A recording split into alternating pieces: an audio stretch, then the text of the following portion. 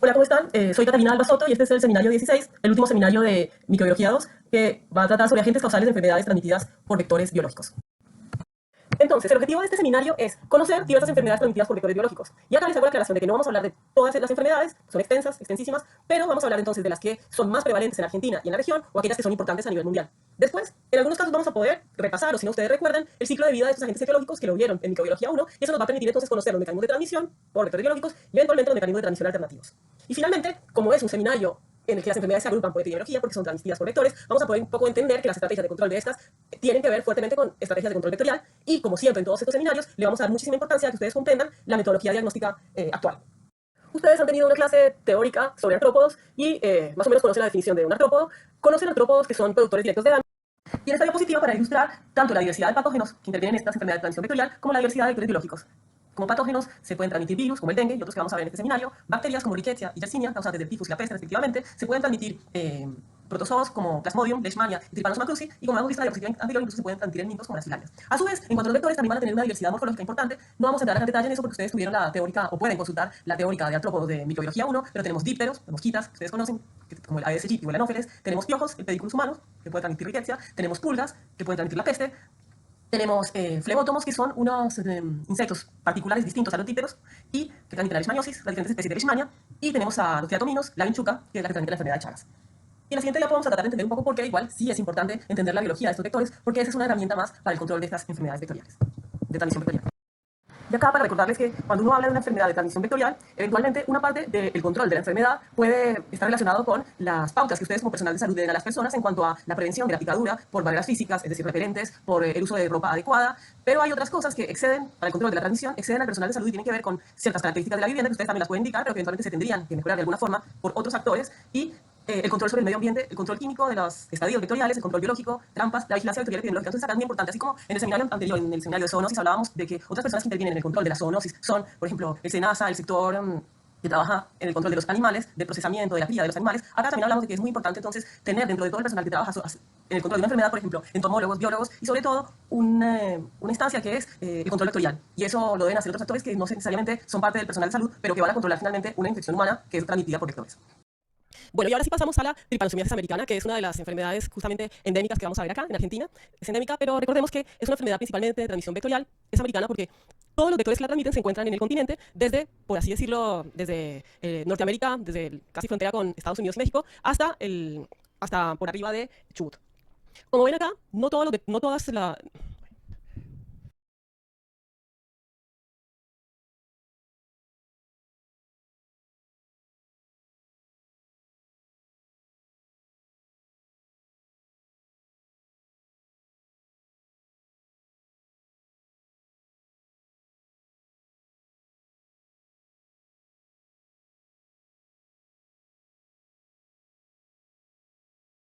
transmisión vectorial. Luego de esta introducción, entonces, les recuerdo que la enfermedad de Chagas o la tripanosomiasis americana es de transmisión vectorial, pero a su vez es una zoonosis, ¿sí? Como les decía, Teratoma infestas es el principal vector implicado en la transmisión en Argentina y este parásito tiene reservorios, esto es muy importante, tanto silvestres como domésticos. Silvestres como comadrejas, armadillos, murciélagos, roedores, hay una gran importante amplitud de reservorios mamíferos y tiene los reservorios domésticos que van a importar mucho en la transmisión domiciliaria, justamente. Que el perro es uno de los principales, pero también puede ser el gato o los roedores domésticos. Esto hace que entonces, Trypanosoma cruzi, como lo conocemos, como les explicaba cuando hablamos de la metamorfosis, el vector puede estar siempre en el ámbito domiciliario, todos sus estadios, y así como está infectado, también se alimenta de sangre e infecta tanto a humanos como a otros animales que pertenecen o que están en el domicilio o en el peridomicilio. Y ese sería el ciclo doméstico. Y después tenemos el ciclo silvestre. En el ciclo silvestre las vinchucas cohabitan con estos animales. Algunos de ellos tienen madrigueras en el suelo, otros tienen madrigueras en los árboles.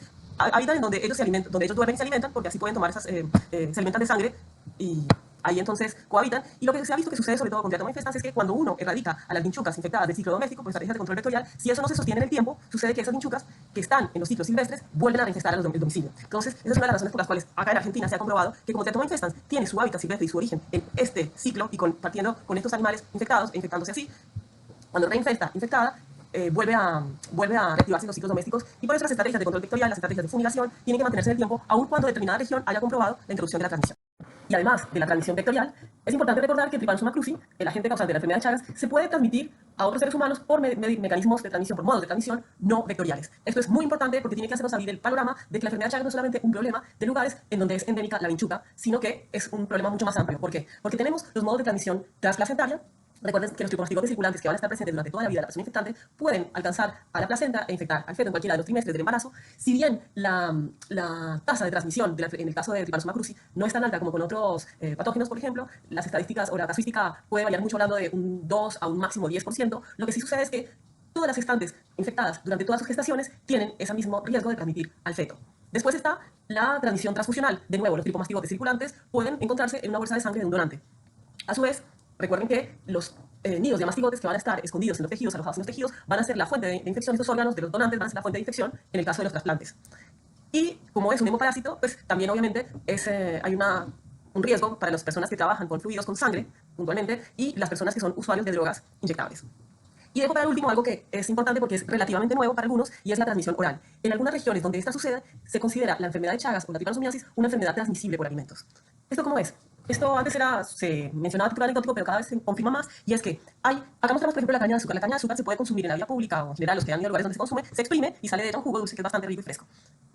En esa caña de azúcar puede haber triatominos, las formas juveniles que no se ven muy bien, o si no puede haber deyecciones de vinchucas infectadas que contienen tricomastígotes metacíclicos. El jugo funciona como un medio de transporte perfecto y esos tricomastígotes metacíclicos pueden ingresar por vía oral. Además de la caña de azúcar, se ha visto, por ejemplo, exprimidos de frutas tropicales, como en Brasil, sobre todo, por ejemplo, el açaí, pero también en jugos de guayaba, todo, jugos que se procesen eventualmente en el ambiente, donde que pueden estar contaminados, bien sea con las vinchucas o bien sea con las deyecciones de las mismas.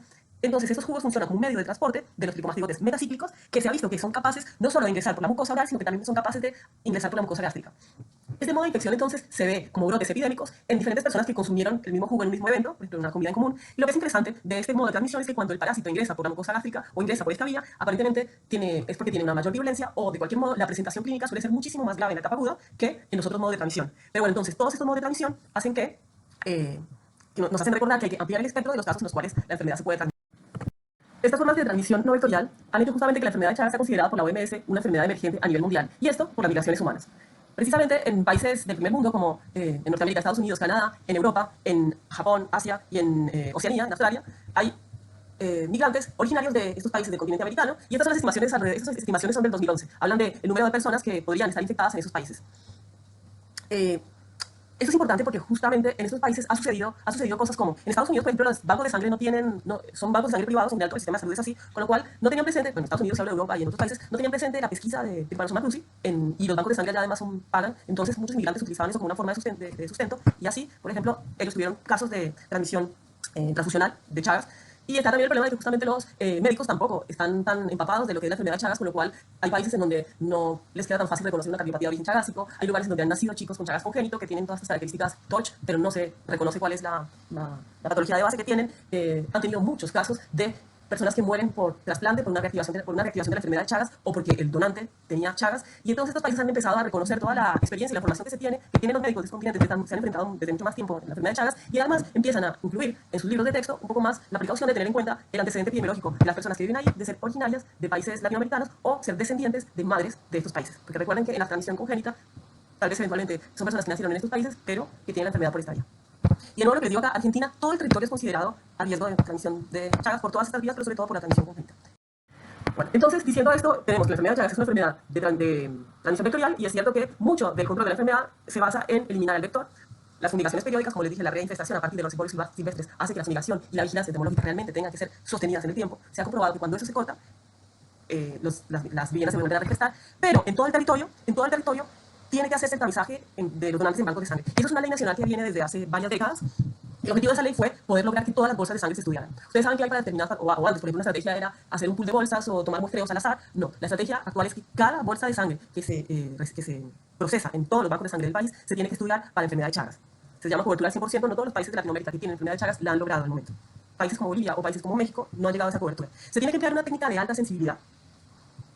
Puede tener falsos positivos, pero un resultado positivo indica descartar la bolsa. Ese es uno de los pilares, y el otro es el control de la transmisión congénita. Como les decía, existía esa noción de que no todo el territorio estaba afectado por la enfermedad de Chagas, entonces, de hecho, no en todo el territorio se le hacía a las mujeres tamizaje serológico para Chagas cuando estaba en estudios pregestacionales o durante el embarazo. Se tuvo que hacer una ley que volviera obligatorio el tamizaje serológico de todas las gestantes en el territorio. Y si la madre tenía serología positiva, recuerden que no se puede tratar durante la gestación, eso indica diagnóstico activo en el recién nacido. Se tuvo que hacer una ley, porque es lo que les decía, los libros de texto de obstetricia no piensan en Chagas porque son de Estados Unidos y de Europa, actualmente lo piensan un poco más, si la mujer se habla, si la mujer tiene antecedente epidemiológico de ser latina o descendiente de latina, tenemos que incluir esto dentro del diagnóstico, pero acá sí se tuvo que hacer una ley para que en todo el territorio, desde Jujuy hasta la Antártida, se haga tamizaje serológico de gestantes. Acá vemos entonces una de las características de las viviendas de algunas zonas endémicas, es decir, que tienen presencia del vector y de la enfermedad. Son viviendas de paredes de adobe, estructuras de madera, techos de paja. Todos estos lugares tienen muchos resquicios donde se pueden esconder los adultos, las ninfas y de poner los huevos de las vinchucas que transmiten la enfermedad de Chagas. Entonces, de noche salen a picar a las personas dormidas, tardan mucho tiempo en alimentarse, con lo cual prefieren picar de noche, así. Y son difíciles, en estas viviendas es difícil realmente de erradicar a las vinchucas, de detectarlas, de combatirlas, por lo cual a veces entonces el Estado trata, o algunos programas tratan de, a un costo bastante alto, mejorar las viviendas, hacer viviendas de paredes de material, de estos chalets de paredes lisas, de techo de material, que permiten más fácilmente el control y la vigilancia vectorial. Pero ¿qué sucede? Estamos hablando de lugares donde eventualmente en verano puede hacer 45 grados a la sombra y estas paredes de adobe y estos techos son muchísimo más frescos que estas viviendas. Para que uno pueda dormir, vivir en una vivienda de estas, tendría que tener un aire acondicionado prendido las 24 horas al día y son regiones donde hasta eventualmente puede no haber luz eléctrica. Entonces, ¿qué sucede? A la gente le construyen estas viviendas, dejan estas y a veces las dejan supuestamente de depósito, pero terminan yéndose otra vez a dormir acá porque son muchísimo más frescas y utilizan estas viviendas que son bastante costosas para guardar enseres o para que estén los animales. Entonces, ahí es donde uno también tiene que entender un poco los determinantes sociales que llevan a la transmisión y que a veces las estrategias de control, bueno, no pueden ser obedecidas porque hay cuestiones que exceden a la buena voluntad y que la interdisciplinariedad para abordar la enfermedad es útil y más económica. Y acá un poco para mostrarles, esto es muy anecdótico, estos son casos del 2016-2017, pero yo revisé 2018-2019 más o menos el escenario es el mismo, y es que tenemos lo que se notifica como transmisión vectorial, los casos de Chagas agudo vectorial, y lo que recientemente se empezó a hacer, que es la notificación de lo que sucede con el control en las embarazadas. Como ven, en estos 2 años ha habido solamente notificados, confirmados 4 casos de Chagas agudo vectorial. Si uno ve justamente el índice de infestación y la serología de menores, suena raro que haya pocos casos. O sea que acá podemos hablar realmente no de que tengamos pocos casos de Chagas agudo, ojo, sino que lo que hay que interpretar acá es que hay una subnotificación de los casos de transmisión vectorial. Porque esto ocurre en un periodo de tiempo muy breve, en zonas muy alejadas en donde la gente por la poca sintomatología no va a acudir al centro de salud para hacerse el diagnóstico. A su vez, esta estrategia que ha dado un resultado es el control de las embarazadas. Al volverlo ley, el que no lo haga también está ocurriendo en un delito, por así decirlo, el médico que no solicite esto. Y entonces eso ha hecho que realmente nosotros nos podamos dar una idea. Acá tenemos justamente todos los controles que se han hecho. Las mujeres que hacen controles prenatales entonces tienen hecha la serología y la cantidad de muestras positivas. Esto es importante porque nos está dando justamente una idea de la prevalencia de enfermedad de Chagas crónica en las mujeres gestantes. Y eso también nos da entonces una prevalencia más o menos de la población general. En edad fértil, tanto las mujeres como los hombres, ¿sí? Sospechamos que debe ser más o menos igual. Entonces, en el centro del país, 1.3 de positividad, eso se debe acercar a la prevalencia en el centro del país. La región de Cuyo, 2,6, el noreste argentino, 4,8, fíjense en provincias como Chaco, 13%, noroeste, 2,2, sur del país, Chubut, La Pampa, Neuquén, 0,7%. Entonces, es un poco para sacarnos la idea de que solo vamos a tener enfermedad de Chagas, solo nos vamos a ocupar de ella en lugares donde sabemos que hay transmisión vectorial, también tenemos que pensarla, si trabajamos en lugares donde no hay un riesgo de que haya transmisión vectorial, pero sí tenemos migrantes que pueden estar infectados crónicamente. Entonces, para el 2016 se hablaba de una seroprevalencia de 2,3, para el 2017 1,9, y seguimos manteniendo estos porcentajes. Todo el territorio, alrededor de un 2% de la población, tiene serología positiva para Chagas. Esto es muy importante. Bueno, y acá entonces pasamos al diagnóstico. Obvio, las situaciones para confirmar infección por TECLUSI, todo individuo con sospecha de infección, pero también, como dijimos, todos los donantes de sangre, todas las gestantes, todos los hijos de madres con Chagas. Eso es interesante porque también al hacer la pesquisa a las gestantes, si la mujer da seropositiva para Chagas, entonces se llaman a los hijos que haya tenido de gestaciones anteriores y se los estudia. Por eso es una estrategia muy importante para detectar a los portadores. Los donantes y receptores de órganos y a las personas que van a ser tratadas con drogas inmunosupresoras, porque recuerden que la enfermedad de Chagas se puede reactivar en los inmunosuprimidos y dar una presentación clínica muchísimo más agresiva, muchísimo más severa que la que habitualmente vemos. Aquí un poco para pensar en el diagnóstico, recordemos lo que vimos en microbiología 2, que la enfermedad de Chagas tiene 2 etapas, una etapa aguda que dura unas semanas y que en esa etapa aguda justamente está caracterizada por unos niveles de parasitemia que se detectan con relativa facilidad en sangre circulante. Que esos niveles de parasitemia, por la respuesta inmune que empieza a aparecer unas semanas después, la etapa aguda puede durar de 4 a 8 semanas, por definición. Después, esos niveles de parasitemia caen por debajo del límite de detección por microscopía convencional, pero se mantienen durante toda la vida del individuo infectado. Y acá es donde decimos que el individuo va a estar en la etapa crónica de la enfermedad. En esa etapa crónica de la enfermedad vamos a tener pacientes asintomáticos que van a permanecer asintomáticos toda la vida, alrededor de un 70% de ellos. Y en esa fase crónica también, décadas después de la prima infección, vamos a tener un 30%, alrededor de un 30% de las personas que van a desarrollar alguna forma clínica de la enfermedad. En Argentina lo más prevalente son las formas cardíacas, acá vemos eventualmente la cardiomegalia como expresión, pero también las formas digestivas, o incluso las formas cardiodigestivas. La forma digestiva es menos frecuente acá. Bueno, eso hace que entonces en la etapa aguda nosotros podamos eventualmente encarar diagnósticos directos, buscando el parásito directamente en la sangre, y en la etapa crónica eso ya no es posible, pero acá ya dimos lugar a la aparición de la respuesta inmune, con lo cual podemos detectar anticuerpos. Básicamente esa es la estrategia de... En fase aguda, métodos directos, vamos a métodos directos sin concentración, puede ser una gota fresca, donde vamos a ver las formas flageladas sin teñirlas, entre porte y cubre, moverse, golpeando los glóbulos rojos. En una gota gruesa o en un frotis teñido con gienza podemos encontrar estas formas, estas celulares, y la tinción nos permite una mayor sensibilidad, pero también tenemos métodos de concentración, como el microhematocrit o el stroke, que se basan en separar los glóbulos rojos del suero o del plasma Acá en el micromatogrito que ustedes lo vieron cuando vieron Chagas congénitos, se usan los chicos. En un capilar se separan por capilar anticoagulado, se separa por centrifugación los glóbulos rojos y el plasma, y en la interfase van a quedar esta nube de células mononucleares, que serían los glóbulos blancos, pero también los parásitos protozoos unicelulares, ¿sí? Y entonces cuando nosotros rompemos este capilar, buscamos en esta zona y estamos enriqueciendo. En el estudio se hace con mucho mayor volumen de sangre, 10 mililitros, 15 mililitros, ahí se hace algo un poco distinto, y es que se deja coagular la sangre, es un tubo seco, se deja coagular la sangre y después el suero se recupera y ese suero se lo centrifuga y en el sedimento se buscan los parásitos. Serían métodos de enriquecimiento. Y después otros métodos especiales ya no se usa tanto, que es el senodiagnóstico, que se usaba antes, que era hacer que a la persona le aplicaran vinchucas sanas, formas juveniles, y esos somos juveniles esperar para que después buscaba uno ahí los epimastigotes que se amplifican por fisión binaria dentro del intestino de esos parásitos. Eso ya es un método complicado que no se usa. Estaba la inoculación en ratón, que también los hemocultivos, que no siempre dan positivos, pero lo más fácil y lo más a mano es amplificar por PCR segmentos del genoma del parásito. Si bien es un método que se aplica, no es un método que esté validado en como técnica diagnóstica, pero es un método especial que se aplica en determinadas circunstancias.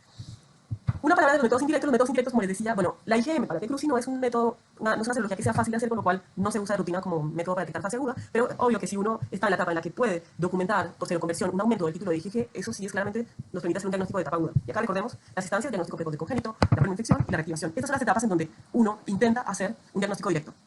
El que nace con Chagas congénito, como ustedes vieron, eventualmente puede estar haciendo una infección aguda, y vamos a encontrar el parásito, la preinfección, como vimos en la diapositiva anterior, y en los símbolos superiores unidos porque cuando se reactiva la infección, cuando baja la inmunidad, la parasitemia vuelve a ser patente. Empieza a haber muchísimo más parásitos circulantes, una multiplicación mucho más rápida del parásito, y entonces acá también podemos intentar métodos directos.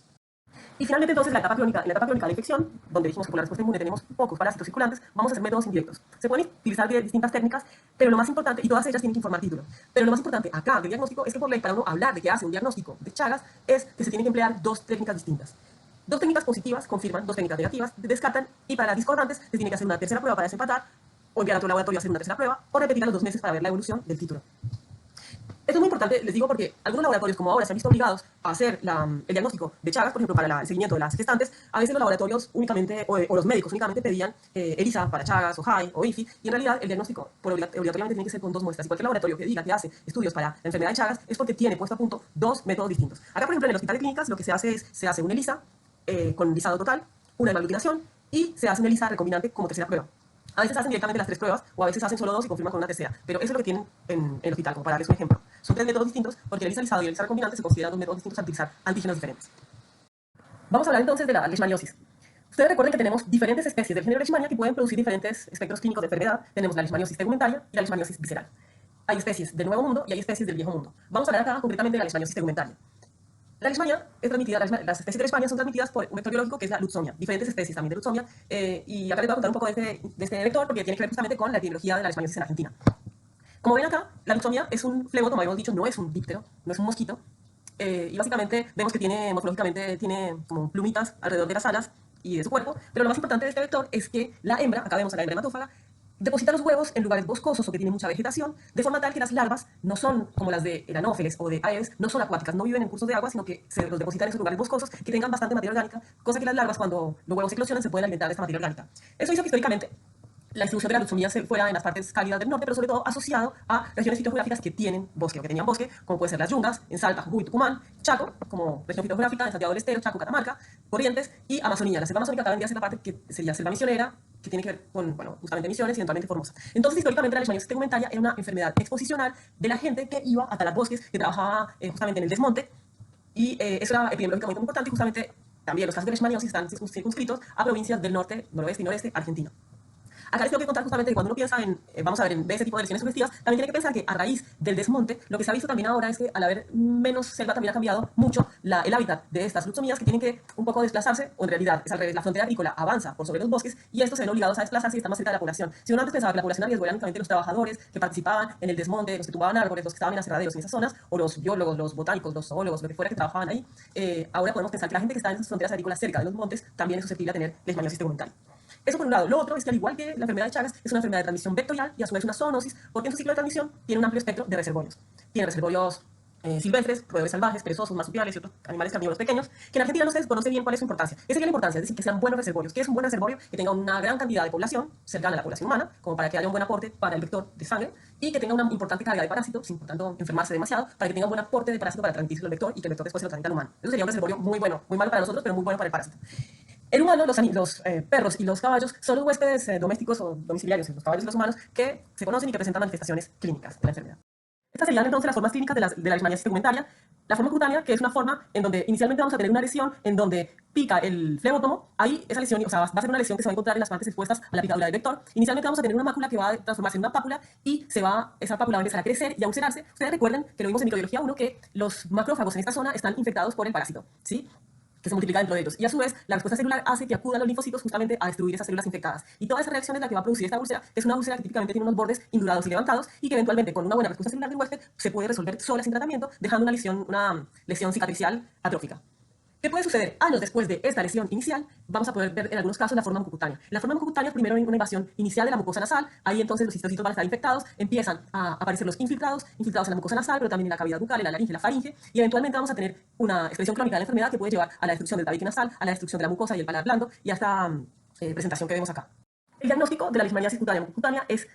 Hablamos inicialmente entonces de un diagnóstico presuntivo donde pesa mucho el antecedente epidemiológico. Recuerden, todas estas enfermedades vectoriales hablamos de un antecedente epidemiológico porque hablamos de que estos vectores suelen ser endémicos de determinadas regiones, tanto de la Argentina como del continente, como del planeta. Entonces hay un antecedente epidemiológico, lo recordamos acá, que sería el trabajador que está en unas zonas rurales o de frontera con estos biotopos que les dije yo, mencioné de bosques boscosos, algunos antecedentes justamente laborales de trabajar en el desmonte o en zonas cercanas a donde se desmonta.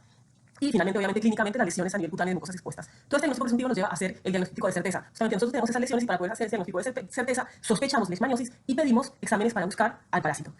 La primera opción, y prácticamente casi la principal, diría yo, es buscar el parásito por métodos directos. Tenemos una lesión en piel o lesiones mucosas que permite hacer un frotis, hacer una biopsia en cuña del borde de la lesión, que permite hacer también otros métodos especiales como cultivo y PCR. Pero básicamente con el frotis, que sería en todo caso, por ejemplo, en el caso de las lesiones cutáneas o mucocutáneas, un debridado importante de la lesión y el raspado del fondo de la lesión o de los bordes para tomar una muestra. En esa muestra se la tiñe con Giemsa, nos va a permitir ver entonces en el citoplasma de los histocitos o de las células infectadas, en el citoplasma vamos a ver estos parásitos que corresponden a los amastigotes intracelulares, también podemos ver algunos amastigotes sueltos por la destrucción de tejido, y también tenemos estos métodos especiales que son a este frotis que se toma se lo puede cultivar en un medio especial que hace que los amastigotes se diferencien en ese medio a epimastigotes que se multiplican en ese cultivo por fisión binaria y entonces con el tiempo vamos a ver una gran cantidad de promastigotes que nos indican que en la lesión había parásitos. Y por otro lado, bueno, un método muchísimo más rápido que sería la amplificación del genoma parasitario por PCR.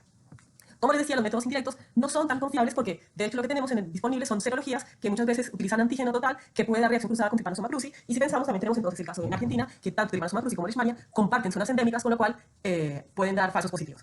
Unas palabras acerca de la endramuración de Montenegro. La endramuración de Montenegro es una prueba que mide respuesta celular, no tiene una utilidad diagnóstica, solo con fines de saber quién estuvo infectado y quién no, y eventualmente va a hablar un pronóstico post-tratamiento, porque como evaluar respuesta celular puede indicarnos si la persona con su respuesta está ayudando a eliminar el parásito o no. Una persona que por otra razón, que por algún otro motivo no tenga respuesta celular y sea alérgica, es probable que tenga un tipo de expresión de la enfermedad muchísimo más severo.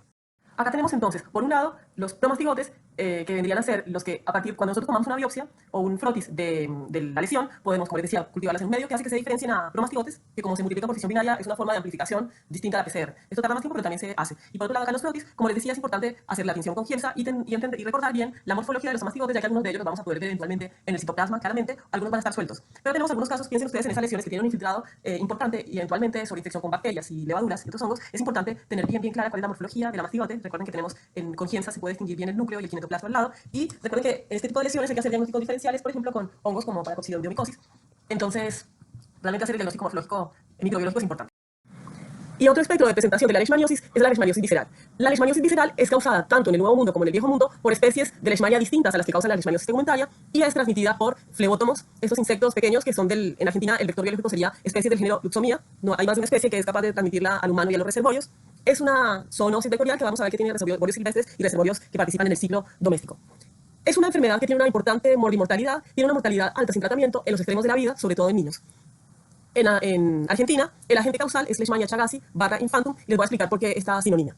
Porque nosotros antes hablábamos de que en Argentina solo teníamos casos importados de Leishmania, que podían ser de países como Brasil y otros países del norte de Sudamérica, o eventualmente, como les decía, del norte de África o de Europa, relacionados justamente con el antecedente de viaje y del consumo en particular del uso de drogas recreativas intravenosas. Pero desde 2002 empezaron a aparecer casos autóctonos en Paraguay, un país vecino de nuestro, y en Argentina se empezó a estudiar los flebótomos que podían ser transmisores. Ya para el 2006 el número de casos humanos aumentó bastante en Paraguay, y en el 2006 nosotros también en Argentina describimos el primer caso autóctono en la ciudad de Posadas, Y este caso fue interesante, creo que incluso se puede ver salió un documental, porque es de un chico que llegó a Buenos Aires, al Hospital Garrahan, con un diagnóstico de aplasia medular, pensándose que se trataba de una enfermedad oncohematológica, y acá, en un extendido de médula ósea, fue que se encontró al parásito, pero no se lo pensaba. Y ese chico entonces tuvo la oportunidad de ser tratado con el tratamiento específico para Leishmania, recuerden que tenía un diagnóstico de enfermedad oncohematológica, y se salvó. ¿Quién sabe antes de él cuántos otros chicos no fallecieron por alteraciones hematológicas que no eran de origen canceroso, sino por Leishmania. Pero bueno, este fue mi primer caso y de ahí en adelante lo que hemos tenido entonces es que en Argentina tenemos cada vez más casos autóctonos y esto ha ido bajando en latitud por el noreste argentino, pero también corriéndose al noroeste cada vez tenemos más casos. Empezamos primero a tener los vectores, después los perros infectados, es una zoonosis en la que participan, vamos a ver más adelante, los perros, entonces tenemos primero la infección canina, después la infección humana. Y actualmente hemos tenido casos mortales y seguimos teniendo entonces este problema. Bueno, recordemos acá entonces la clínica, la leishmaniasis visceral, la diferencia que tiene es que también la puerta de entrada es la picadura del flebótomo, pero el parásito empieza a infectar todos los tejidos que puedan tener del sistema reticuloendotelial, infectar el linfático, médula ósea, vaso, ¿sí? Y con el tiempo lo que puede llegar a hacer es ustedes recuerdan en microbiología 1 cómo les hablábamos de que el mismo parásito, la leishmania que produce esta leishmaniasis de presentación visceral, tiene moléculas que bajan la respuesta TH1, la neutralizan totalmente. Entonces las personas que tienen esta leishmaniasis son incapaces de responder y con el tiempo vamos a tener una invasión importantísima de estos tejidos por monocitos infectados, por células infectadas con el parásito, y en la médula ósea se puede llevar incluso al desplazamiento de otras líneas celulares. Entonces, pensar en leishmaniasis cuando hay fiebre, cuando hay hepatosplenomegalia, adenopatías, en el antecedente epidemiológico de viajar o residir en zonas con transmisión activa. El periodo de incubación hasta tener la presentación florida de la enfermedad es relativamente largo, de 2 a 6 meses. Y el diagnóstico de la leishmaniasis visceral, el diagnóstico de certeza, teniendo esta epidemiología y esta clínica, es también métodos directos. En este caso, tenemos que hacer entonces una biopsia teñida con Giemsa de estos órganos. La médula ósea tiene una sensibilidad del 70%, los ganglios del 58%, el hígado y el vaso tienen muy alta sensibilidad. La biopsia en el vaso a veces es complicada porque puede haber un riesgo de estallido, pero básicamente es métodos directos, teñir con Giemsa. Y eventualmente se pueden hacer otros métodos especiales como el cultivo y la PCR. Después se pueden intentar métodos indirectos, pero lo mismo de siempre, la serología convencional puede tener reacción cruzada con T-Cruzi. ¿Se acuerdan que T-Cruzi también es un tripanosomátido? Son quinotoplastidia, o sea, son primos hermanos y tienen muchos antígenos conservados. Entonces, lo que se pretende hacer son serologías utilizando anticuerpos específicos para Leishmania. Y hay algo que está en desarrollo y no sé cuándo terminará de validarse, que es, hay un antígeno LRK39 de Leishmania chagassi para infantum, que sería precisamente tendría muchísimo mayor especificidad para el diagnóstico serológico. Pero quédense con la idea de que lo principal es intentar buscar el parásito por métodos directos en esos tejidos. Y acá de nuevo, la intrahemoreacción de Montenegro. La intrahemoreacción de Montenegro aquí va a tener un valor distinto y es que vamos a tener que todos los casos de leishmaniasis visceral, por lo que les decía a ustedes de cómo desvía la respuesta hacia TH2 inactivando la TH1, las mismas moléculas del parásito, vamos a tener que las personas infectadas suelen tener una intrahemoreacción negativa. Y lo que uno ve justamente cuando hace ese seguimiento por intrahemoreacción es que cuando la persona mejora, la persona responde al tratamiento, esa intrahemoreacción positiviza, ¿sí? Entonces es también una forma tiene valor pronóstico aquí, más que de epidemiología y nada de diagnóstico porque va negativo. Tenemos entonces acá lo que tiene que ver con la profilaxis de leishmaniosis. Por un lado, obviamente está lo que hablábamos del manejo ambiental, del control de los flebótomos adultos, pero también recuerden que los flebótomos tienen sus larvas, las depositan en lugares boscosos con mucha materia orgánica, así que también se habla de cuando se encuentra un caso de leishmaniasis visceral, se tiene que intentar desmalezar toda esa manzana y las manzanas cercanas, o sea que se tienen que desmalezar por lo menos 9 manzanas por cada caso para evitar esos reservorios de vectores, esos nidos donde anidan ahí los flebótomos. El diagnóstico y tratamiento de pacientes enfermos, obviamente, porque estos van a tener parásitos, carga parasitaria y infectar al lector. Pero un capítulo aparte, en el caso de la leishmaniasis visceral, es el tema de los perros. Ustedes ven acá, este es un perro de raza, es un boxer, que tiene una cadena, es un animal de compañía de alguna familia. Y está infectado, es el primer perro infectado con leishmaniasis visceral en Argentina. ¿Qué pasa con los perros? Que los perros son excelentes reservorios, es decir, que tienen una carga parasitaria elevadísima y además no les sirve mucho el tratamiento. El tratamiento con los fármacos que existen no logra erradicar el parásito, siempre siguen teniendo parásitos que van a ser transmitidos al vector cada vez que se alimenta del perro. Entonces habla uno de que es importante la tenencia responsable de mascotas, porque nosotros, o en general en esta zona donde empezó a aparecer el tema o el problema de la leishmaniasis visceral, a los perros, cuando les detectaban a las personas sus perros, sus mascotas infectados, se sugería el sacrificio. Pero como les digo, o como ustedes imaginan, son perros de compañía, la gente no quería hacer eso. Entonces mandaban a los perros lejos a otros municipios y ahí entonces esos perros constituían un nuevo foco de transmisión local. De hecho, por ejemplo, hay criaderos de perros en Brasil o perros que se traen, perros de raza, hay una raza que se llama fila brasilero, que ya de hecho cuando cruzan la frontera y llegan al país, están infectados con leishmania. Es un tema de debate extenso y yo creo que inacabado entre el personal de salud humana y los veterinarios, qué hacer con los perros infectados, pero por eso se recalca mucho los collares antipulas que también sirven para los mosquitos o las gotitas que se aplican, que sean repelentes para los mosquitos, la tenencia responsable de mascotas, todo eso es importante para la leishmaniosis, que es una zoonosis vectorial, ¿no? La profilaxis humana individual obviamente tiene que ver con evitar la picadura del mosquito. Y acá pasamos a la malaria. La malaria es muy importante porque es una de las enfermedades con una mayor casuística en el mundo. En 2018, por ejemplo, se hablaba de 230 millones de casos con más de 400.000 muertes por año. En el 2018 se calcularon esas. Se estima que el 67% de los muertos son niños menores de 5 años. Hay lugares de África donde la malaria es tan de intensa transmisión que uno habla justamente de que todas las personas adultas son sobrevivientes de algún episodio de malaria, en el que justamente menores de 5 años fallecieron.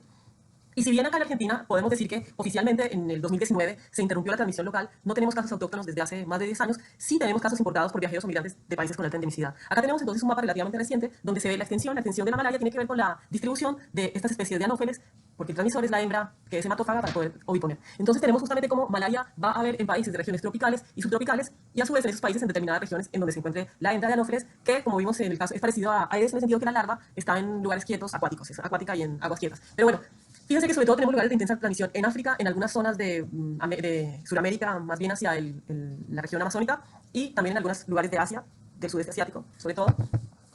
Recordemos entonces que las especies de Plasmodium que transmiten la malaria son actualmente 5. Son Plasmodium falciparum, Vivax, Ovale, Malariae, y un quinto que se sumó recientemente, que es originalmente zoonótico, de los macacos, que es el Plasmodium knowlesi, que actualmente en algunas regiones del mundo es el responsable de la mayoría de los casos de malaria, sobre todo en algunos países del sudeste asiático. Pero en Argentina lo que teníamos históricamente era circulación de Plasmodium falciparum y de Plasmodium vivax en algunas zonas del noroeste y del noreste argentino.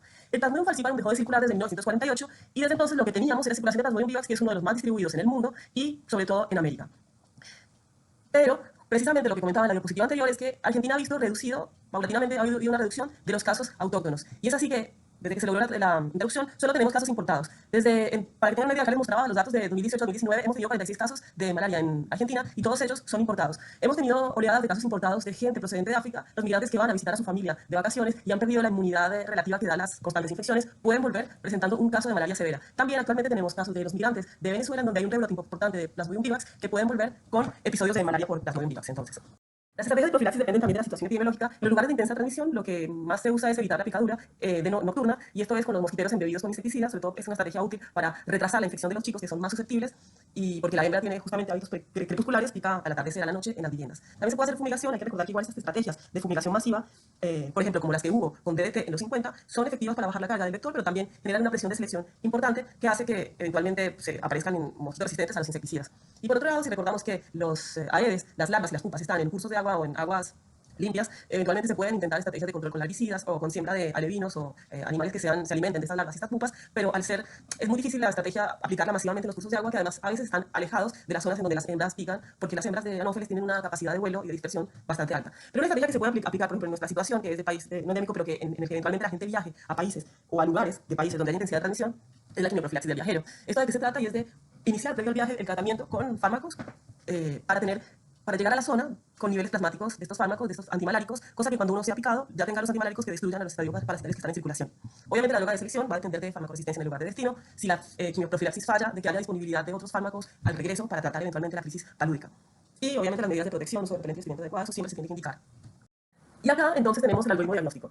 Por supuesto, vamos a hablar de un diagnóstico presuntivo. Para pensar en malaria, entonces tenemos que centrarnos mucho, además de la clínica, en la epidemiología. Como en todas estas enfermedades vectoriales, tiene que ser una persona que venga o que proceda de alguna zona endémica, por supuesto. La clínica, ustedes recuerdan de micro 1 que hablábamos de una fiebre periódica que tiene que ver con la duración de la fase eritrocítica del parásito, de la destrucción sincrónica de los eritrocitos y la liberación de antígenos que van a producir esta fiebre periódica. Que por lo menos puede ser periódica. Cuando ustedes lo interroguen, pueden preguntar, pues esa fiebre periódica al principio puede que con el tiempo se vaya desincronizando. Vamos a tener también entonces hepatosplenomegalia, ictericia y anemia como clínica sugestiva de malaria. Los exámenes de laboratorio generales pueden ayudar. Va a haber una disminución del hematocrit por destrucción, aumento de los glóbulos blancos por estos mediadores inflamatorios y aumento de la bilirrubina indirecta por la destrucción de los glóbulos rojos. El diagnóstico de certeza, obviamente, va a surgir a raíz de este diagnóstico presuntivo y se basa esencialmente todo el diagnóstico en métodos directos. Acuérdense que el parásito va a estar en sangre, con lo cual los métodos directos se van a dividir básicamente en dos. Uno que es el diagnóstico de género y otro el diagnóstico de especie.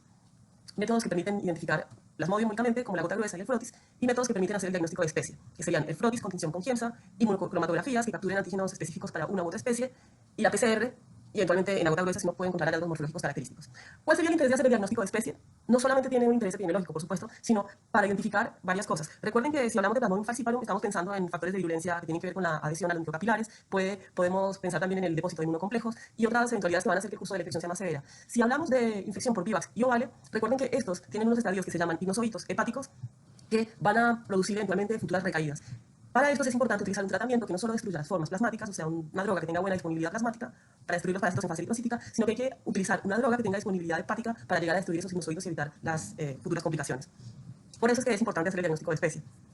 Para hacer este diagnóstico directo se hace y sobre todo para el frotis y la gota gruesa, que son unos métodos que se utilizan rutinariamente para esto, se hace esa toma de muestra que es una lancetazo en el pulpejo. Acá tenemos entonces la gota gruesa y después hacer un frotis. Esto se va a hacer eventualmente muchas veces no solamente para hacer el diagnóstico, sino en la etapa de convalecencia para ver cómo baja la parasitemia. Y con este frotis y gota gruesa que se fijan y se tiñen con Giemsa, que de hecho esta toma de muestra se puede hacer en la consulta, en el lecho del paciente, y de hecho, como les decía, se va a hacer muchas veces incluso un seguimiento diario cuando la persona está siendo tratada. Esto Una vez hecho el extendido y tenido confianza, se puede hacer la identificación morfológica de las especies de Plasmodium falciparum. Acá están las 5 especies que infectan al hombre y diferentes los estadios principales. Si vemos glóbulos rojos poliparasitados con formas celulares, puede ser Plasmodium falciparum, o si vemos estos gametocitos en forma de banana, que son característicos. Se puede identificar, por ejemplo, los trofozoitos ameboides, también con gránulos en su citoplasma, de Plasmodium vivax, o el trofozoito en banda de Malariae, los glóbulos rojos ovalados y teñidos con gránulos de Plasmodium ovale, y en el caso de Plasmodium monoblesi, que es relativamente de reciente descripción para el humano, también hay glóbulos rojos parasitados y pigmentados. Pero bueno, esto requiere cierto entrenamiento y cierta destreza al microscopio, pero así es como se ha hecho históricamente el diagnóstico de especies. Pero también, como les decía, hay otras formas que son las inmunocromatografías, que pueden capturar antígenos definidos o antígenos comunes a las diferentes especies, también pueden servir, o el diagnóstico molecular, que ese sí nos va a permitir hacer entonces diagnóstico de especies sin ningún conocimiento particular. Vamos a hablar entonces ahora de los arbovirus. ¿Qué son los arbovirus? Son virus transmitidos por artrópodos. Esto no obedece entonces a ninguna clasificación taxonómica de los virus, ya que hay diferentes familias de virus que se transmiten así, los flavivirus, buniavirus, por ejemplo, y de hecho son varios arbovirus, hay muchísimos arbovirus descritos, pero nosotros acá entonces vamos a referirnos principalmente a aquellos que siguen estando en el 2019 bajo vigilancia epidemiológica en Argentina. ¿Qué significa eso? Son de notificación obligatoria y se está estudiando eventualmente su presencia, su endemicidad, su casuística, su aparición, y acá tenemos entonces que son dengue, zika, chikungunya, todos estos emergentes, la fiebre amarilla que siempre está en vigilancia, todos estos cuatro son transmisibles por, sobre todo, Aedes aegypti, pero también Aedes albopictus, y vamos a ver con la fiebre amarilla que hay un ciclo silvestre en el que otros vectores intervienen, y también tenemos acá la vigilancia de la encefalitis de San Luis, que circula en Argentina, y la fiebre del Nilo occidental, que no circula todavía en humanos, pero eventualmente en caballos, y estos son transmitidos por el culex. Entonces, estas enfermedades emergentes, las primeras que mencionamos, tienen en común que son transmitidas por el Aedes. Aedes tenemos una especie, la principal, que es Aedes aegypti, que es la que tiene muchísima más amplia distribución en todo el mundo, y que es un mosquito que cada vez se distribuye en un mayor territorio de Argentina, y precede a la aparición de estas enfermedades, como ha pasado con el dengue. Y tenemos por otro lado el Aedes albopictus, que también es un vector de potencial de estas virosis, pero que se encuentra menor distribuido. Lo que es importante con el Aedes albopictus, que ya lo han visto en Europa, es que es un vector que soporta muchísima más baja temperatura, soporta temperaturas más templadas, o sea que eventualmente, si aumenta su distribución, puede llegar incluso a zonas más templadas del país. Todas estas enfermedades relacionadas con el Aedes, pues justamente tienen que ver con el hecho de que haya políticas ineficaces de control vectorial, entonces están asociadas a la pobreza y a las aglomeraciones en núcleos urbanos, esas megalópolis que suelen aparecer en países del tercer mundo. Se habla de que también están relacionadas entonces con un inadecuado abastecimiento de agua potable y de infraestructuras para acoger las aguas lluvias residuales. Porque recuerden que este insecto tiene una metamorfosis completa y sus larvas son acuáticas. Entonces, por ejemplo, para que tengan una idea de cómo las urbanizaciones en general en el mundo han modificado la ocurrencia de estas infecciones, de estas enfermedades, antes se hablaba de que, pongamos en Asia, cuando había dengue, el dengue ocurría sobre todo en periodos de fuertes lluvias, de los periodos de monzones, porque estaba asociado justamente al aumento de los cursos de agua, de las fuentes de agua para que se propagara el vector. Entonces estaba asociado, los casos de dengue, el aumento de casos de dengue estaban asociados a los periodos de lluvia. Pero empezó a notarse que también en las épocas de sequía extrema, en ciertos núcleos urbanos aumentaba el dengue, los casos de dengue. ¿Por qué? Porque en los casos donde hay lluvias extremas también aumenta la recolección de aguas en contenedores a cielo abierto. La gente, cuando hay sequía extrema, entonces pasan repartidores de agua y el agua la guardan en depósitos a cielo abierto. Y eso también entonces contribuye a que haya un aumento en el número de larvas y posteriormente de adultos. Entonces, para que tengan una idea de cómo la urbanización del mundo en condiciones inadecuadas también promueve la aparición de estas enfermedades. Y después, obvio, como todo el mundo, el aumento de los viajes aéreos ayuda a la transmisión más rápida de las infecciones en los lugares en donde el vector ya está presente. Acá entonces recordemos de nuevo lo que les mencionaba, la importancia de conocer el ciclo biológico para el control del vector y para entender justamente qué cosas condicionan el éxito de la transmisión de estas enfermedades. El Aedes aegypti es un mosquito eminentemente urbano, no solo urbano, sino que está dentro de las viviendas y de hecho prefiere las viviendas a las zonas verdes y los parques de los núcleos urbanos porque ahí no tiene que competir con otras especies de insectos. Un dato muy importante es que los huevos de Aedes aegypti hacen diapausa, es decir, están quietos y no eclosionan durante los periodos de baja temperatura. Esto significa que las hembras depositan los huevos a fines del verano, a fines del verano, y estos permanecen durante todo el otoño, el invierno, la primavera, hasta que las condiciones de humedad, pero también de temperatura, les permitan eclosionar a larvas que, recordemos, son acuáticas. Entonces estos huevos van a estar depositados en cualquier reservorio, en los bordes, cualquier reservorio que puede ser, como muestran acá, tachos, plásticos, pelopinchos, neumáticos, todo eso. Otra cosa muy importante con respecto al virus dengue es que la hembra va a transmitir por transmisión transovárica el virus a los huevos. O sea que las larvas van a nacer con el virus y los adultos van a transmitir el virus, la hembra va a transmitir el virus sin necesidad de infectarse con un individuo que esté en periodo de viremia. Todo esto hace que, justamente al entenderlo, se relacionaría con el control. El éxito entonces de erradicar el Aedes aegypti no se debe basar únicamente en destruir a los adultos, sino de aprovechar todo ese periodo de diapausa para destruir los potenciales criaderos de larvas y eliminar los huevos. Ahora, concretamente hablando del dengue, el dengue es una enfermedad emergente.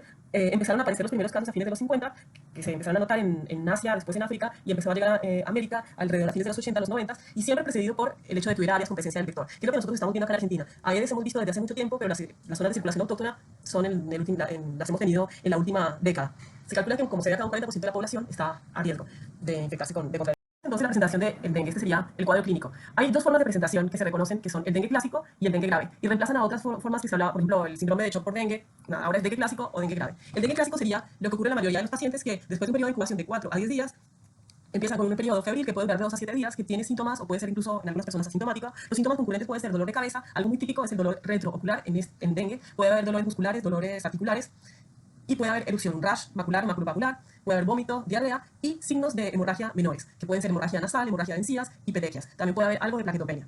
En estos pacientes hay que estar alertas a que presenten signos de advertencia, como pueden ser el deterioro del estado mental, dificultad para respirar, vómitos, dolor abdominal intenso o hemorragias importantes, porque estos son indicativos de que, de que ya estamos pasando a la fase de dengue grave. Esto ocurre cuando hay una extravasación importante de plasma, entonces se puede presentar como choque hipovolémico o dificultad respiratoria por exceso de líquido, hemorragias graves en órganos o afectación de órganos, no por hemorragia, sino como en el caso del hígado por hepatitis, puede haber encefalitis y miocarditis. Estos casos de dengue grave tienen una mortalidad alta sin tratamiento, que recordemos no es un tratamiento específico, sino de soporte. Y acá vemos en este cuadro un poco cómo sería la clínica. Arriba vemos desde el inicio de los síntomas el periodo febril, que dura un tiempo y después remite. Durante ese periodo febril está asociado con una importante epidemia, que nos va a servir después para pensar que en ese periodo podemos hacer el diagnóstico directo. Y en el medio acá vemos cómo aumenta el hematocrito por la extravasación de plasma, o sea, por la concentración, y bajan las plaquetas. Esa baja progresiva de plaquetas es la que lleva a un momento en el que la extravasación, a un momento crítico en el cual se puede desencadenar alguna de las complicaciones de dengue grave o no, y el paciente se recupera las plaquetas, se recupera de la concentración, y esta etapa de convalescencia es donde empiezan a aparecer los anticuerpos IgM y posteriormente IgG. Diapositivas un poco para recapitular cómo pasamos a ser un país endémico para dengue. Antes de 2015 nosotros teníamos casos importados de dengue, generalmente a fin de verano de gente que venía de zonas con circulación de esta enfermedad, pero a comienzos del verano de 2015 empezó a haber brotes que mostraban que había casos autóctonos en la frontera con Paraguay y Brasil, en un contexto en el que había una epidemia de dengue en estos países. Después, a fines del verano, ya podíamos decir que teníamos brotes a partir de esos casos eventualmente importados o traídos, brotes en todas estas provincias, en Corrientes, Buenos Aires, Córdoba, Entre Ríos, además de las fronterizas. Y acá, por ejemplo, para que veamos la situación de este verano, 2019-2020, que tenemos la mayoría de casos de dengue que se han comprobado son casos sin antecedente de viaje. Actualmente, justamente, ya tenemos establecido que Argentina tiene circulación autóctona. De nuevo, la situación actual de este verano, 2019-2020, en donde vemos cómo acá tenemos los casos sin antecedentes de viaje y tenemos los confirmados y los serotipos que circulan. Como vemos en la zona centro, en la zona del noroeste y del noroeste argentino, tenemos actualmente circulación autóctona. Lo que se ha visto este año es que circulan los serotipos 1, 4 y 2, pero en Argentina ya han circulado los serotipos 1, 4, 1, 2, 3 y 4. El más prevalente es el 1, con el 60 y pico por ciento, el 60% de los casos, creo, después el 4 con 30 y el resto de los casos por el serotipo 2. ¿Esto por qué? Porque previamente uno hablaba de que el diagnóstico de dengue se tenía que hacer de maneras diferentes dependiendo de si estábamos en un área sin circulación autóctona y con circulación autóctona. ¿Qué es esto? En áreas donde no se reconocía la circulación autóctona de dengue, se estudiaban y se confirmaban todos los casos de personas que tenían la sintomatología y antecedentes de viajes a zonas con circulación.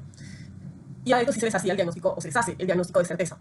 En las áreas con circulación autóctona de dengue son áreas en las que se han detectado, como dice acá la definición del ministerio, 2 casos relacionados con alguno de ellos, al menos sin antecedente de viaje a zona, o al menos lo confirmado por laboratorio, o caso confirmado por laboratorio sin antecedente de viaje. En los casos con circulación autóctona del virus dengue no es necesario hacer el diagnóstico clínico, no es necesario hacer estudios de laboratorio, el diagnóstico de laboratorio, sino que se hace un diagnóstico clínico y, al igual que pasa, por ejemplo, con los casos de influenza en Argentina, solo se hace estudio de laboratorio a un número limitado de casos para... Antes de pasar a hablar del diagnóstico certeza como tal del dengue, vamos a mencionar otros virus emergentes, recientemente emergentes. Uno de ellos es el Zika, que ha dado mucho de qué hablar. Es un flavivirus que está estrechamente relacionado con la fiebre amarilla y con el virus del Nilo occidental. Esto es importante porque todos estos flavivirus relacionados van a hacer que el diagnóstico serológico sea un poco complicado por la reacción cruzada. Bueno, este es un virus que se lo conocía desde los años 50 al lado de monos, con eventuales casos en África, pero era como algo así a título anecdótico, pero en el 2014 empezó a haber una epidemia en Polinesia, y de hecho por eso decimos que el primer caso autóctono fue de la isla de Pascua, que es en América, pero bueno, queda en el medio del Pacífico. Pero también ese año, por otro lado, por otra vía, el virus llegó a Brasil. Se cree que tuvo que ver con esas reuniones importantes que hubo como mundial olímpicos, y ya en el 2016 se habla de una pandemia mundial. En Argentina, el primer caso autóctono que tuvimos de Zika fue un caso de transmisión sexual a partir de una persona proveniente de Colombia que contagió a su pareja. Pero ya en Tucumán y Salta tuvimos los primeros brotes vectoriales y los primeros casos autóctonos de transmisión congénita. Recordemos que es un virus que es transmitido por el Aedes, que lo tenemos acá endémico en una amplia extensión de territorio. Entonces no era muy difícil que teniendo personas con viremia se formen ciclos de transmisión autóctona. Y ya desde entonces ha habido esos brotes de transmisión autóctona provenientes en Chaco, Salta o Formosa, por introducción a partir de países limítrofes que tienen circulación. La clínica de Zika es interesante en cuanto a que al principio, cuando empezaron a aparecer los primeros casos de Zika, no se le dio tanta importancia dado que la mayoría de las personas eran asintomáticos, había muy poca hospitalización, o sea, en general era una virosis no tan complicada. Para algunas personas la sintomatología era leve o era una fiebre aguda, se encuadra dentro de los síndromes febriles agudos, con erupción eventualmente, con dolor articular y en algunos casos con conjuntivitis. Pero lo que se empezó a ver cuando empezaron a aparecer más casos de Zika fue que aumentaron también los casos de personas con síndrome de Guillain-Barré y de otras alteraciones neurológicas. Al principio no se hacía la asociación, pero después se comprobó que tenía que ver con la presencia del virus. Y a su vez se comprobó también que había una forma de transmisión sexual, así que además de la transmisión vectorial, este virus podía presentarse en algunos fluidos y de hecho puede transmitirse por transmisión sexual hasta 6 meses después de la preinfección.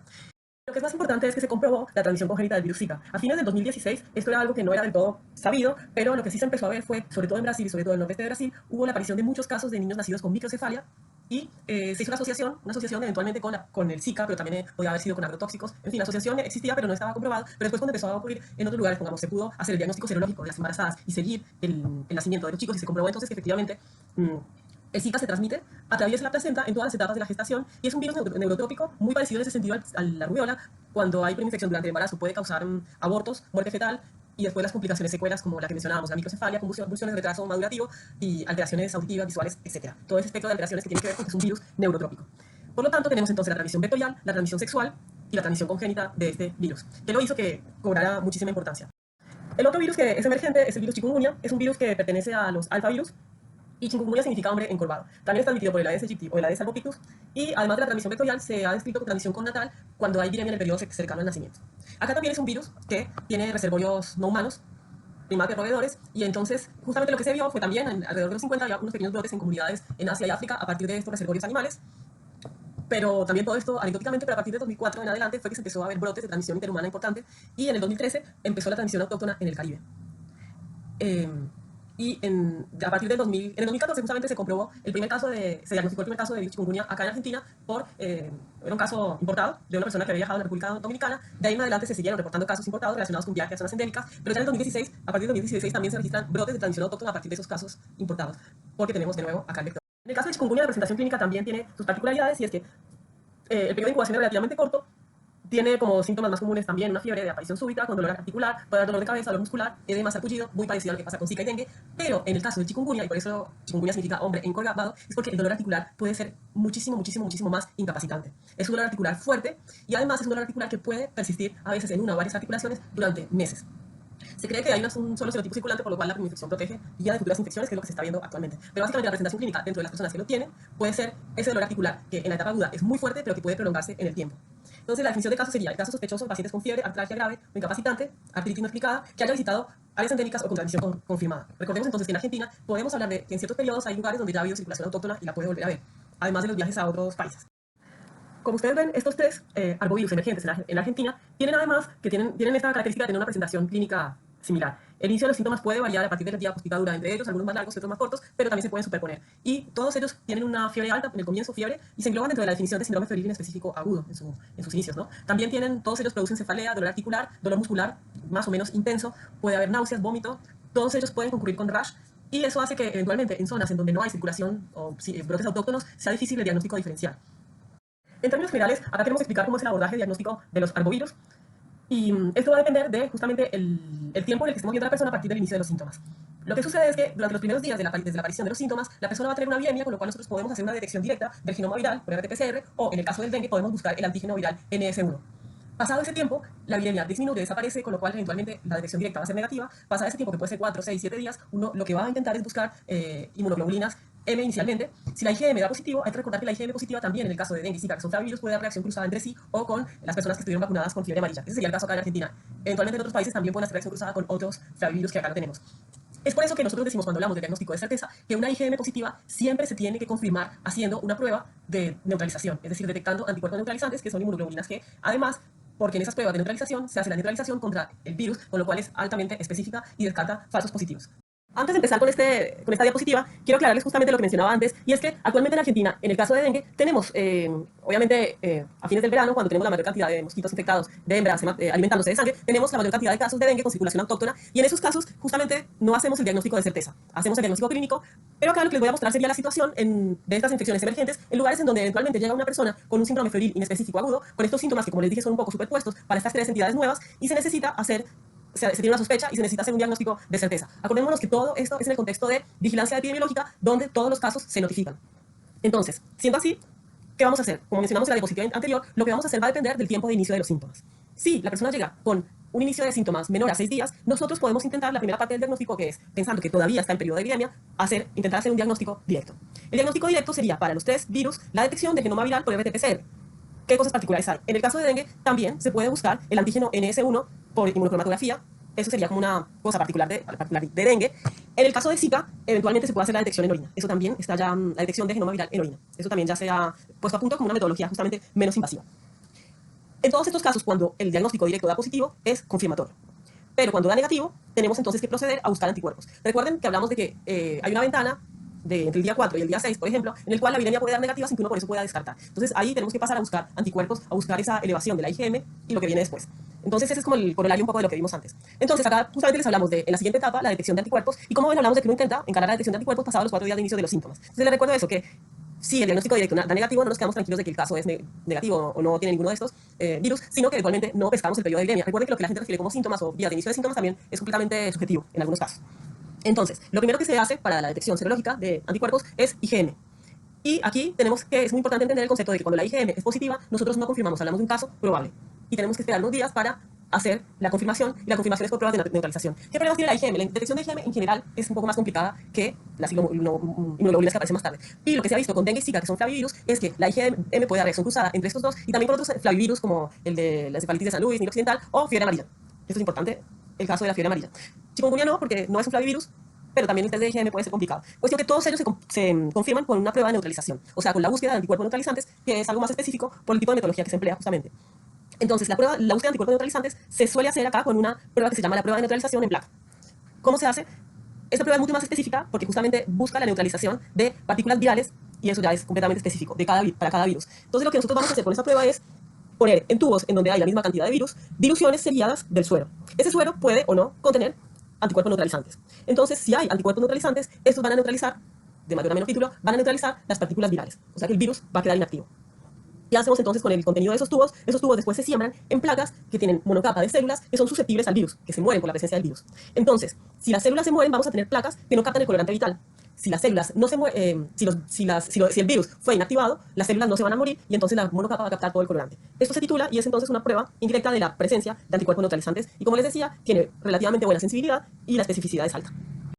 Las medidas de prevención de dengue, chikungunya y zika, que son comunes porque comparten el mismo vector, hablamos de la prevención general, que es las medidas de control vectorial, y acá de la prevención personal, que sería evitar la exposición al mosquito por utilizando mallas, tela metálica, ventanas y puertas, ropa adecuada, larga, proteger, como decía, los cochecitos y cunas de los niños, aplicar repelente suficiente. Eso, bueno, son todas medidas obvias de evitar la exposición al mosquito. Y acá algo muy importante y es recordar que cuando una persona está infectada, no hay tratamiento etiológico específico para ninguna de estas patologías. Hay que recordar que si uno está sospechando dengue, no se deben administrar AINES por el tema de las hemorragias, pero algo que sí se debe aplicar cuando uno sospecha de dengue, chikungunya y zika, o sea, estas de transmisión vectorial, en una persona con un síndrome febril en específico, es practicar el aislamiento vectorial mientras dure el periodo febril, que sería el periodo de viremia. ¿Qué es el aislamiento vectorial? Es que esa persona evite ser picada por mosquitos, bien sea que permanezca durante el periodo febril en un lugar con mosquitero o con aire acondicionado, porque sobre todo si está compartiendo vivienda con otras personas, va a infectar nuevos vectores y así infectar a los convivientes. Entonces, tanto en el hospital, si está hospitalizado, como en la casa, practicar el aislamiento vectorial es una medida importante. Y acá vamos a hablar entonces de fiebre amarilla, que no es un virus emergente, sino que es un virus que conocemos hace siglos. La distribución de la fiebre amarilla es bastante particular porque solo está en países de África y en América. Se cree que es originario de África y pasó a América cuando llegaron los esclavos procedentes de ese continente y así ha circulado en los dos continentes, con áreas, zonas endémicas, zonas transicionales y zonas de bajo potencial de exposición. Lo que tiene, bueno, y con fiebre amarilla nosotros siempre hablamos de que al tener una vacuna sería una enfermedad resuelta y tratamos de pensar en achicar el seminario de vectores por este lado diciendo, bueno, vemos menos fiebre amarilla, pero acá, por ejemplo, últimamente pasó que estamos desde hace un par de años con un brote de fiebre amarilla que sobre todo aumentó mucho su área endémica, su zona de riesgo de exposición en Brasil, ¿sí? En Brasil tuvimos brotes de fiebre amarilla cerca de núcleos urbanos grandes o dentro de ellos, como en San Pablo y en Río de Janeiro, además de otras zonas de territorio, pero en estas zonas muy pobladas, y eso hizo que se alertara mucho sobre esta infección y puso otra vez el foco de todos los países en fiebre amarilla. Ahora hablemos un poco del ciclo de transmisión, ¿cómo es? Hay dos ciclos de transmisión muy distintos. Uno es el ciclo selvático, que es un ciclo en el cual el virus pasa de los vectores biológicos emagus y sabetes, circula entre estos vectores y entre los huéspedes primates no humanos, que serían monos de la especie del género Alouatta, Zeus y Aotus. En este ciclo, que es un ciclo enzoonótico, puede también ocurrir que haya momentos en el cual el virus se transmita con una alta mortalidad, probablemente asociada a una mayor epidemia, pero el caso es que entonces dentro de este ciclo enzootótico también vamos a tener periodos epizooticos, que es el equivalente a las epidemias en los animales. Y después tenemos un ciclo urbano. Este ciclo urbano hace mucho tiempo no se registra en ninguna ciudad de América, de Sudamérica, por suerte, porque es un ciclo en el cual el vector es el Aedes aegypti y circularía entre humanos y ese vector, el virus. Efectivamente, para que recordemos un poco la historia, en Buenos Aires, en la ciudad de Buenos Aires, tuvimos epidemias de fiebre amarilla, hubo varias epidemias y la última fue particularmente importante porque acabó con el 8% de la población y remodeló la ciudad. Por ejemplo, acá tenemos una placa recordatoria de que el foco inicial de la fiebre amarilla fue el barrio de San Telmo y en general toda esta zona del Bajo porque era la que era más cerca de las zonas inundables y por ejemplo, uno de los lugares que fueron los primeros cementerios para toda esta gente que murió durante la epidemia fueron una casa que queda frente al Hospital Muñiz. Uno de los médicos que murió combatiendo esa epidemia fue Francisco Javier Muñiz. Algunos que trabajaron en esa epidemia también fallecieron. Y bueno, para recordarles entonces que esos focos de transmisión urbana pueden volver a suceder si están dadas las condiciones, como hablábamos, las condiciones en que hay presencia del vector y presencia de una gran cantidad de personas infectadas. Bueno, con la fiebre amarilla hemos tenido en años recientes dos eventos que nos siguen alertando de que es importante seguir vigilando esta enfermedad Y es, uno, el primero fue que en el 2008 hubo una reemergencia en Argentina de casos a partir de episodias. ¿Se acuerdan qué significaba esto? Que nosotros tenemos que la fiebre amarilla circula endémica en ese ciclo selvático entre monos aulladores y los vectores silváticos y que eventualmente puede hacer episodias, o sea que aumenta el número de casos y aumenta la mortalidad en el reservorio silvestre, que son estos monos. Y eso fue lo que sucedió. Hubo una actividad aumentada al sur de Brasil. En Paraguay hubo emergencia de casos urbanos por proximidad de este tipo de ecótopos con monos y los vectores silvestres. Y en Misiones hubo 8 casos humanos, de los cuales hubo tal vez 2 fallecidos o 1. Y fueron casos de transmisión silvática en personas que justamente cometieron el error de no ser vacunadas y adentrarse en estos lugares. Eso fue lo que sucedió en el 2008, alertó, y el hecho además de que después de mucho tiempo hubiera casos autóctonos en Argentina, volvió también a encender las alarmas para el resto de países del mundo de que en Argentina teníamos entonces circulación de fiebre amarilla. Y después, lo siguiente fue la epidemia esta de Brasil, que empezó con muchísima notoriedad, pero ya había empezado a vislumbrarse el verano anterior, pero en enero de 2007 a noviembre de 2018 explotó, como vimos antes. Entonces hubo casos confirmados aumentadísimos en Brasil, pero también en Bolivia, Colombia, Ecuador, Guayana Francesa y Perú. O sea, en Latinoamérica tuvimos un aumento importantísimo de casos de fiebre amarilla que hicieron otra vez poner en el foco de todos los países de Latinoamérica y del mundo a esta enfermedad. Como les decía al principio, para este arbovirus sí existe una vacuna, que es la vacuna antiamarilla, se conoce. Es una vacuna que existe hace mucho tiempo y es una vacuna virus atenuado, que es la cepa 17D. Da una inmunidad de por vida, este es un dato muy importante, y produce inmunidad a partir del décimo día de postaplicación. Eso también es importante. Ojo, lo de la dosis única es un dato relativamente reciente. Antes se hablaba de que la vacuna se tenía que volver a dar cada 10 años, pero con los últimos estudios recientes demostraron que con una sola dosis era suficiente para tener inmunidad de por vida. Recuerden, esto es relativamente nuevo. La indicación sería entonces, si se reside en áreas de transmisión, como les dije, hay lugares incluso en Argentina que la tienen en el calendario, viajes a áreas en riesgo de transmisión, recuerden estos últimos viajes a Brasil donde se indicaba justamente la vacunación, por eso lo de que da inmunidad 10 días post aplicación hay que pensarlo cuando se va a viajar a zona endémica, y viajes a países con potencial de importación de la infección. Esto también es un dato muy importante porque como en Argentina ha habido en décadas recientes, transmisión de fiebre amarilla, circulación de fiebre amarilla, Argentina se le considera un país con circulación justamente de fiebre amarilla, y entonces a los argentinos que van a ciertos países de África se les exige la vacuna, que es un certificado que tiene que ser un certificado con validez internacional. Como es una vacuna virus atenuado, que es fabricada en huevo, entonces las contraindicaciones son pacientes alérgicos al huevo, menores de 6 meses, gestantes o periodo de lactancia en la que se puede transmitir el virus vacunal, los pacientes inmunosuprimidos y los mayores de 60 años que vayan a viajar a las zonas con riesgo de transmisión, se debe considerar el riesgo-beneficio. Justamente lo que sí tuvimos con este brote actual de fiebre amarilla en Brasil fue casos de personas que no se vacunaron por el riesgo-beneficio, y el año pasado, en el verano del 2019, hubo un paciente que falleció, una persona que falleció por fiebre amarilla, que había vuelto de Brasil, mayor de 65 años, que no se había vacunado. Entonces es algo para tener en cuenta. El diagnóstico también es un síndrome, debuta como un síndrome febril inespecífico agudo, con fiebre de más de 7 días de duración, también hay mialgia, cefalea, sin afectación de vías aéreas superiores, o sea, sin síntomas respiratorios altos, y obviamente como diagnóstico presuntivo fuerte, la epidemiología, proceder de área de riesgo o de área en la que hayan ocurrido casos de fiebre amarilla y que no esté vacunado. Obviamente lo primero que tiene que preguntar para descartar fiebre amarilla o no es si ha habido vacuna o no. Por supuesto, si tiene ictericia, signos de sangrado o insuficiencia renal, da una mayor sospecha diagnóstica. La confirmación es parecida a lo que hablábamos antes. Si hablamos de menos de 5 días de iniciados los síntomas, podemos intentar aislamiento viral, detectar secuencias virales de genoma viral, y si es mayor a 5 días de iniciados los síntomas, generalmente lo que uno trata de hacer para confirmar el caso es documentar seroconversión en muestras con intervalos mayores a 15 días. Recuerden que cuando nosotros hablamos de la confirmación diagnóstica, en todos estos casos es porque, como les decía al principio, son enfermedades de notificación obligatoria. Entonces, cuando se notifica, uno tiene un caso sospechoso, un caso probable, un caso confirmado o un caso descartado. Entonces, la confirmación diagnóstica acá obviamente no tiene nada que ver con el manejo clínico del paciente, sino con la confirmación diagnóstica para el registro. Finalmente, vamos a mencionar entonces al virus de San Luis, que es un flavivirus causante de encefalitis. Dentro de los flavivirus hay varios de ellos que son neurotrópicos, y la presentación clínica grave que van a presentar en el humano son las encefalitis. Uno de ellos es el virus de San Luis, y el otro que mencionamos en alguna diapositiva, que también está en vigilancia en Argentina, es la encefalitis por el virus del Nilo occidental. Esta encefalitis por el virus del Nilo occidental se detectaron algunos casos en el 2005 en Córdoba, Chaco. Está asociado es una zoonosis que también está en los caballos, pero de ahí en más no han vuelto a reportarse casos en Argentina, pero sigue estando en vigilancia. En cambio, en el caso de la encefalitis por el virus de San Luis, también se encontraron o se describieron los primeros casos en el 2005-2006 en Córdoba y Chaco, y no ha hecho sino aumentar su presencia. El número de casos que se reportan han aumentado desde entonces, reportándose brotes en diferentes provincias, en diferentes ciudades como Capital Federal, en la provincia de Buenos Aires, Chaco, San Juan. El virus de San Luis, como su nombre indica, es originario de Norteamérica, pero se ha ido propagando por Centroamérica y Sudamérica, entonces abarca todo el continente. Y esto tiene que ver con su ciclo biológico. El virus, en su ciclo natural, circula entre el Culex, que es un díptero, un mosquito que es bastante frecuente en las áreas verdes y en los parques urbanos, como acá en Capital Federal y en Buenos Aires. Circula entre este vector y aves silvestres, algunas de ellas justamente migratorias, que son las que ayudan a su propagación. Estas aves son los huéspedes amplificadores. ¿Qué significa esto? Que son huéspedes que tienen una carga viral suficiente para que cuando los Culex, las hembras hematófagas, se alimentan de sangre, puedan infectarse. Eso es un huésped amplificador. ¿Cómo interviene el humano participa como un huésped terminal. ¿Qué significa esto? Que se infecta a partir de un mosquito infectado, pero no tiene una viremia suficientemente grande para infectar a otro vector. Entonces, en el ciclo biológico, en el ciclo de transmisión del virus, realmente no cumple un papel importante, solo eventualmente va a sufrir la enfermedad. ¿Cómo es la presentación clínica? En realidad tenemos un periodo de incubación que puede tardar de 5 a 15 días, es bastante variable, y muy pocos casos son realmente sintomáticos, pero cuando hay sintomatología hay una aparición súbita de fiebre, escalofrío, dolor de cabeza, mareo, náuseas, anorexia, malestar general, eventualmente dolor de garganta, y en algunos de estos pacientes, no en todos, y con mayor frecuencia justamente la encefalitis ocurre en mayores de 60 años, puede ocurrir que al cabo de estos síntomas generales se desarrollen signos meningios y neurológicos. En algunas de estas personas que tienen esta sintomatología, la resolución es espontánea, mientras que en otros puede haber un desarrollo progresivo de curso generalmente, que puede tener curso grave. En cuanto a la profilaxis, esta tiene que ver precisamente con evitar el contacto con el mosquito, utilizar ropa adecuada repelente y, de nuevo, el control vectorial. Aquí sí, la fumigación de los espacios verdes, el control de los cursos de agua dulce, por ejemplo, cuando hablamos de lugares, de sitios urbanos, las aguas quietas, por ejemplo, esas fuentes de plazas en donde precisamente el chorro de agua, la fuente, no funciona y es un agua estancada, esos son lugares que son criaderos adecuados de larvas. En cambio, si el agua se mueve, no va a haber larvas ahí del culex. Esa sería, por ejemplo, una estrategia de control vectorial enfocada en la larva y no solamente en fumigar al adulto. La principal dificultad del diagnóstico de la encefalitis de San Luis es que no se la reconoce acá en Argentina como un agente biológico de encefalitis. Entonces, no se piensa en estos casos de fiebre de comienzo brusco con alguna alteración neurológica o alguna manifestación. Entonces, un caso sospechoso es mucho más difícil la sospecha cuando no hay una enfermedad neuroinvasiva, porque sería una presentación muy general, síndrome febril inespecífico agudo, fiebre de comienzo brusco, con cefalea mialgia, sin afectación de vías aéreas superiores y sin foco aparente. Eso es muy parecido a otras cosas que hemos visto, incluso en este seminario.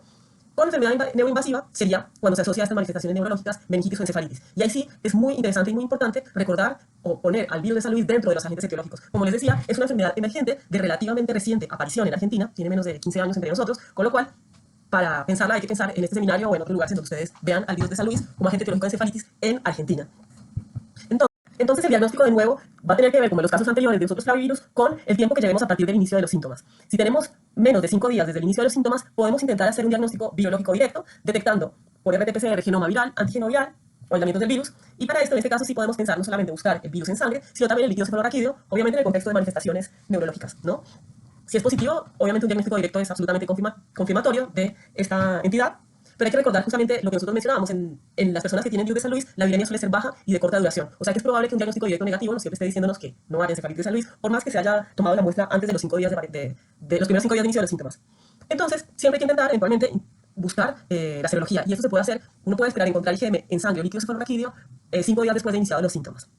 De nuevo, hay que recordar que se trata de un flavivirus y que la IgM puede dar reacción cruzada con otros flavivirus. De hecho, uno podría eventualmente tener títulos de IgM positivos por estar vacunado contra la fiebre amarilla. Es por eso que todo un resultado positivo se tiene que confirmar con una prueba más específica como los test de neutralización, que lo que se usa actualmente es el test de neutralización en placa, todo esto obviamente en el contexto de laboratorios de referencia, y para la confirmación de los casos. Recordemos que acá estamos hablando de diagnóstico confirmatorio porque son enfermedades de notificación obligatoria. Bueno, entonces, algunas de las conclusiones que podemos tomar de este seminario es que, frente a una clínica sugestiva, la única forma de llegar a un diagnóstico de certeza es sospechar, o sea, el diagnóstico presuntivo. Y este diagnóstico presuntivo se va a basar no solo en la clínica y en los exámenes de laboratorio generales, sino en la epidemiología. Porque acá estamos hablando de enfermedades vectoriales en las que tenemos vectores que están eventualmente circunscritos a unas regiones extensas o no, pero que son de determinadas regiones geográficas, con lo cual el antecedente epidemiológico es una de las bases muy importantes para llegar al diagnóstico de certeza. Eso es uno. El otro es entonces eso, reconocer y conocer de cero, porque estamos hablando de enfermedades emergentes, agentes etiológicos que puedan dar determinadas presentaciones clínicas. Entonces, recordar esto, que este es un seminario muy dinámico, uno de los más dinámicos que tenemos en la cátedra, de hecho, porque como ustedes ven, hay muchas enfermedades emergentes, algunas de ellas pasarán, se resolverán, la gente adquirirá inmunidad y ya no serán importantes, y otras de ellas surgirán de cero y poblarán este seminario. Entonces, y finalmente para que ustedes recuerden que las enfermedades vectoriales no son necesariamente culpa del vector, sino de la escasez de recursos y de la mala gestión de ellos que no permiten que los eliminemos. Es decir, siguen siendo enfermedades un poco de la pobreza y del subdesarrollo, y recordar eso justamente, que la estamos viendo en esta materia, la que nos interesa a nosotros como profesionales médicos, pero para su control no solo se necesitan profesionales médicos que las identifiquen, sino otros profesionales que participen en el control vectorial. Entonces, articular eso y comprender eso es muy importante. Les agradezco mucho su atención y buena suerte.